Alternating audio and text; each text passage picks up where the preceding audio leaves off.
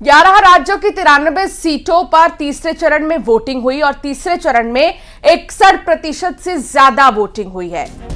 मध्य प्रदेश की 9 लोकसभा सीटों पर 66.05% मतदान हुआ, जबकि छत्तीसगढ़ की बची हुई सभी 7 सीटों पर 71.06% वोटिंग हुई है। उम्मीदवारों की किस्मत का फैसला जनता जनार्दन ने कर दिया है, जिसका ऐलान 4 जून को होने वाला है। न्यूज 18 मध्य प्रदेश छत्तीसगढ़ पर रुझान से लेकर परिणाम तक सबसे सटीक और तेज नतीजे आपको दिखाएंगे। लेकिन तीसरे चरण की ये वोटिंग अपेक्षाकृत अंशिका छत्तीसगढ़ के लोगों ने बढ़ चढ़कर इसमें हिस्सा लिया और मध्य प्रदेश के लोगों से वे आगे रहे वोट डालने के मामले में। बिल्कुल, और छत्तीसगढ़ में जनता ने काफी जागरूकता दिखाई है और उन्होंने वोटिंग सेंटर्स पर पहुंचकर, पोलिंग बूथ पर पहुंचकर वहां पर वोट भी डाला। सुबह सुबह ही हमने देखा था तस्वीरें, जब 6 बजे से ही जो वोटर्स थे वो लाइन में लगे हुए थे और अपनी बारी का इंतजार कर रहे थे और ये वोट परसेंटेज इस बात की गवाही देते हैं।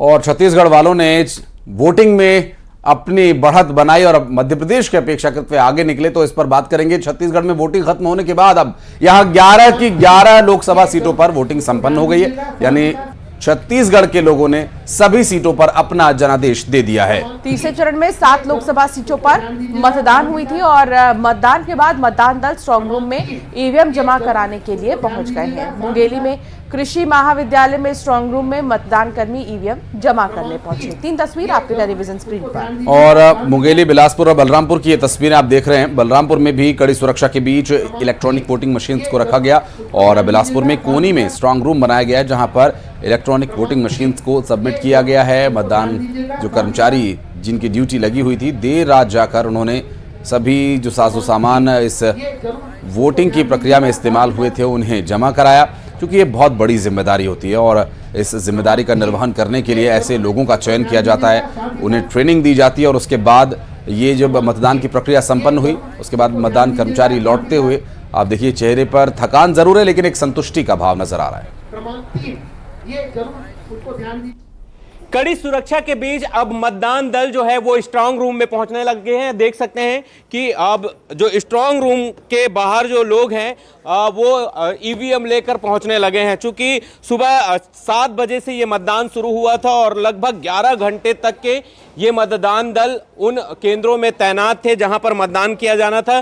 2251 मतदान केंद्र थे और सबसे बड़ी बात यह है कि 8 विधानसभा ये क्षेत्र से पूरे जो ईवीएम मशीन है वो यहाँ पर कोनी स्थित स्ट्रांग रूम में आने हैं। ऐसे में यहाँ पर सुरक्षा के तमाम इंतजाम किए गए हैं। देख सकते हैं कि बड़ी संख्या में सुरक्षा बल तैनात किए गए हैं। इसके साथ ही पेंड्रा के भी कई ऐसे मतदान केंद्र हैं जहाँ पर बिलासपुर लोकसभा से जुड़े हुए हैं। ऐसे में वहाँ से भी मतदान दलों को आना है, तो एक सुरक्षा बड़ी यहाँ पर जिम्मेदारी के साथ इन ईवीएम को लाने की जो प्रक्रिया है वो शुरू कर दी है। इसके साथ ही अगर हम कहें तो लोरमी, मुंगेली के भी ईवीएम यहाँ पर आने हैं। ऐसे में ये जो दल है वो धीरे धीरे अब स्ट्रांग रूम तक पहुंचने लगे हैं। केंद्रों से निकलकर अपने वाहनों में, जिस वाहन से ये गए थे उसी वाहन से अब वापस लौटने लगे हैं। बिलासपुर से न्यूज 18 के लिए उमेश मौर्य।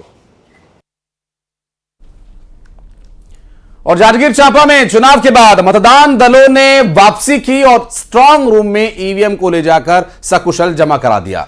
जिला निर्वाचन अधिकारी ने मतदान दलों की सकुशल वापसी पर फूल माला से उनका स्वागत किया। ईवीएम को कड़ी सुरक्षा के बीच स्ट्रांग रूम में रखा गया है। ये तस्वीरें हम आपको दिखा रहे हैं जांजगीर चांपा से, जहां पर देर रात लौटे मतदान कर्मचारियों ने अपनी पूरी जिम्मेदारी का निर्वहन करते हुए काम पूरा किया और उन्हें गुलाब के फूल देकर जिला प्रशासन की टीम ने उनका स्वागत किया, उनका धन्यवाद किया। हमारे ज़िले के 815 और हमारे लोकसभा क्षेत्र के 2219 मतदान केंद्रों के अंदर सभी जगह शांतिपूर्वक मतदान रहा और हमारे दल जो है मतदान खत्म करा के अभी वापस आ रहे हैं। 6 बजे अंतिम समय था मतदान कराने का और सभी जगह पे पोलिंग हमारे ज़िले में समाप्त हो गई है। अभी तक जो इनिशियल रुझान है उसमें हमारे लोकसभा का 66% पोलिंग टर्नआउट है। हालांकि जो एग्जैक्ट हम जो जानकारी दे पाएंगे वो जब हमारा फॉर्म 17C मिल जाएगा तो मतदान केंद्र वाला जानकारी मिलेगी। लोकसभा निर्वाचन क्षेत्र में आज पूरे ज़िले में शांतिपूर्वक मतदान हुआ, जिसमें सभी मतदान केंद्रों में नागरिकों ने पूरे उत्साह के साथ मतदान में हिस्सा लिया। इस दौरान कोई भी किसी भी मतदान केंद्र से कोई भी अप्रिय घटना की कोई सूचना नहीं मिली है और सभी मतदान केंद्रों में शांतिपूर्वक मतदान हुआ है। हाँ सर, मेरा सेकंड टाइम था। मैं पिछले लोकसभा में कराई थी सर, और अभी मधईपुर में थे हम लोग 92 बूथ नंबर में। शुरू में तो एक्सपीरियंस ठीक नहीं था, पर बाद में व्यवस्था हो गई थी सर।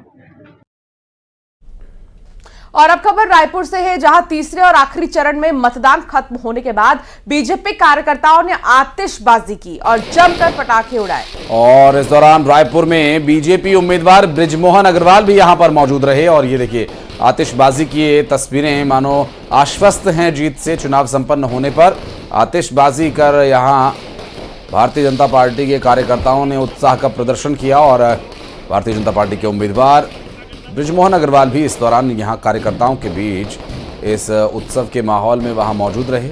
और ये आतिशबाजी मतदान खत्म होने के बाद भारतीय जनता पार्टी की कार्यालय के बाहर कुछ देर हुई और उसके बाद बृजमोहन अग्रवाल अपने समर्थकों के साथ रायपुर में मौजूद थे। उस दौरान भी यहां जमकर पटाखे चलाए गए।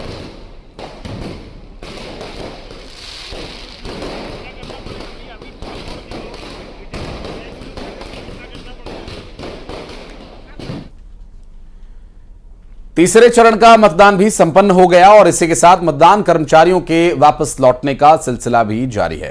हरदा में भी मतदान कर्मी जब लौटे तो कलेक्टर ने उनका स्वागत किया।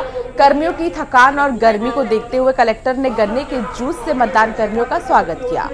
और साथ ही इस दौरान कलेक्टर ने ये जानकारी भी दी कि जिले में 72% मतदान हुआ है, जिसके लिए उन्होंने टीम को बधाई दी और गन्ने का ठंडा मीठा जूस पिलाकर उनका स्वागत किया, जो न सिर्फ एनर्जी बढ़ाने में मतदान कर्मचारियों की मदद करता बल्कि स्वाद में भी लाजवाब होता है। और इस दौरान पुदीना नींबू युक्त गन्ने का जूस मतदान कर्मचारियों के लिए वेलकम ड्रिंक के तौर पर परोसा गया।